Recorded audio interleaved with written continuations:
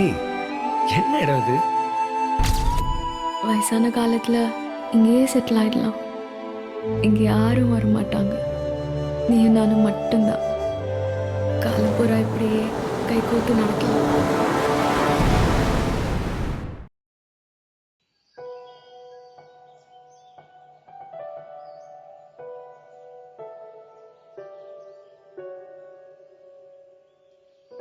நிலவிடம் வாடகை வாங்கி விழி வீட்டினில் குடி வைக்கலாமா? நான் வாழும் வீட்டுக்குள் வேறாரும் வந்தாலே தகுமா?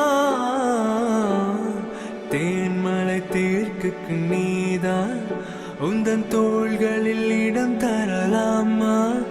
நான் சாயும் தோள் மேல் வேறாரும் சாய்ந்தாலே தகுமா? நீரும் செங்குலச்சேரும் கலந்தது